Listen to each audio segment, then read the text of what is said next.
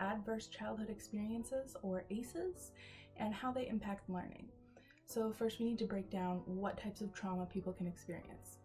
There's three main types, the first being acute trauma. That's something like a hurricane or the death of a loved one, and oftentimes when children experience these types of trauma, they can recover from them. Children are actually quite resilient, and caregivers especially can help them recover from this trauma and become stronger as a result of it. Another type of trauma is what's called chronic trauma, and that's trauma that's predictable and occurs either in a predictable place or around a particular person. This could be sexual abuse by somebody in the family or a coach or something like that, not somebody in the home, however. And that brings us to the third type of trauma, which is complex trauma. That's something that occurs unpredictably and in the home.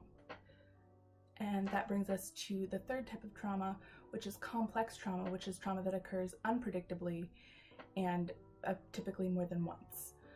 So it's like acute trauma that you can't predict at all. And that is how ACEs are categorized. The only thing with ACEs are that they are said to occur before the age of 18, and they typically involve the primary caregiver or somebody else in the home who the child has a lot of contact with. And so what are ACEs in particular?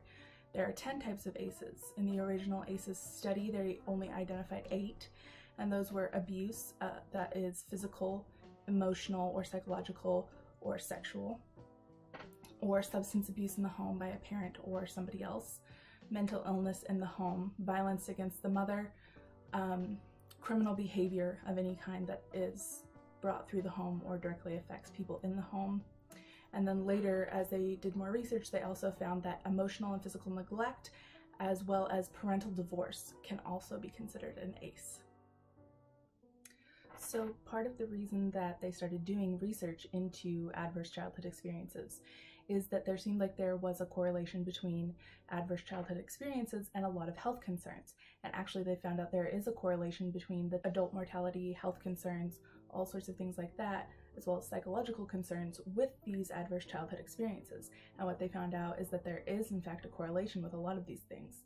And in fact, the top causes of adult mortality occur more frequently in people who have one or more ACEs.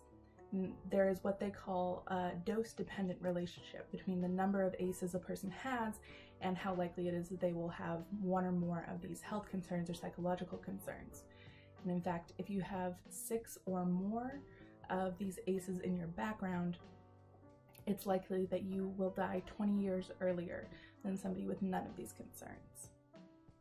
So the top causes of adult mortality that we see in correlation with ACEs are ischemic heart disease, cancer, lung disease, bone fracture, liver disease, and that's it for the top causes. But we also see more unwanted pregnancies, psychosis, a higher incidence of psychiatric prescriptions, sleep disturbances, obesity, smoking, memory impairment, homelessness, suicide, poverty, and substance abuse problems.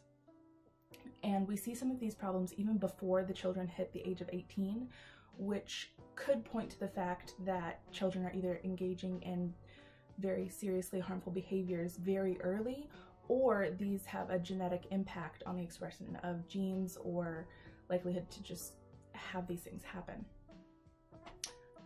But which problems present themselves depends not only on the number of ACEs, but can also have to do with the type of ACE that was experienced, the age when the child experienced that, because that has an impact on brain development as well as physical development, and the sex of the child.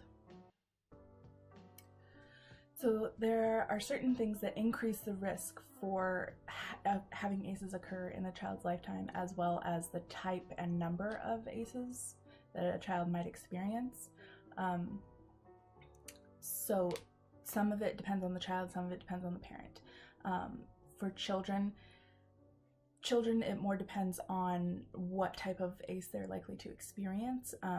This can depend on a child's sex, disability status, school enrollment, age, and race and ethnicity, excuse me. And for parents, you look at the employment status, the socioeconomic status, and their marital status, and that can change the risk factors for their children experiencing ACEs as well. And so can family size and county metropolitan status. And what we see is that families who are in rural counties versus metropolitan areas are actually more likely to experience ACEs, as well as larger families. Children are more likely to have ACEs in their background as well. Unemployed parents, parents who are separated, divorced, or have a live-in partner who they aren't married to, as well as who are in lower socioeconomic brackets, are more likely to have ACEs occur in their family. And so this is a concern, not only from a health standpoint, and we can see why Kaiser Permanente was one of the first people to sponsor the ACE study, but it's also concerning from a social justice standpoint, because people who are from minority, racial, and ethnic groups are more likely to experience ACEs in their background, as well as people from poor socioeconomic classes who are unemployed.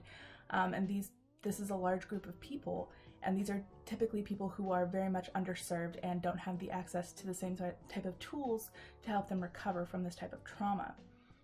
In addition to this, 2/3 of the American population are estimated to have at least one ACE in their background, if not more. And adults with ACEs are more likely to perform poorly at work, so it is a concern from an economic perspective as well. So this is really an area that needs more attention. We all need to be paying more attention to how we can fix this in our society. In addition to future concerns that these children bring up, they also are struggling academically, socially, and behaviorally while they're in school, because the coping techniques that they develop to deal with the complex trauma they experience in the home every day is very maladaptive to other situations. It helps them a lot in the unpredictable environment they experience while home, but that same awareness and quickness to jump up and fight or run or stay still and not say anything is not super well fitted to a classroom setting. And so teachers need to be really aware of this when they're teaching, because there's such a high number of ACEs occurring that this is a major problem they probably don't realize that they're seeing in schools.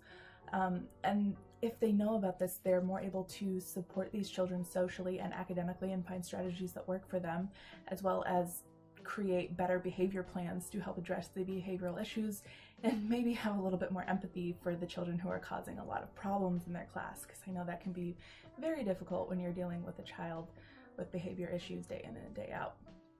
And what's really interesting also is that K-12 education provides us with the perfect avenue to address problems that occur from ACEs, because it's so structured.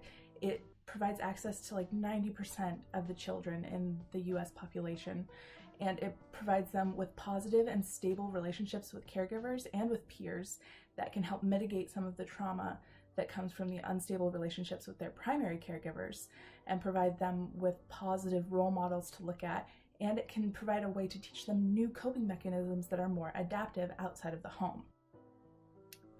So I talked about children struggling academically and the fact that their brain actually changes in ACEs, and that's the main topic that we want to talk about, and why they struggle academically so much.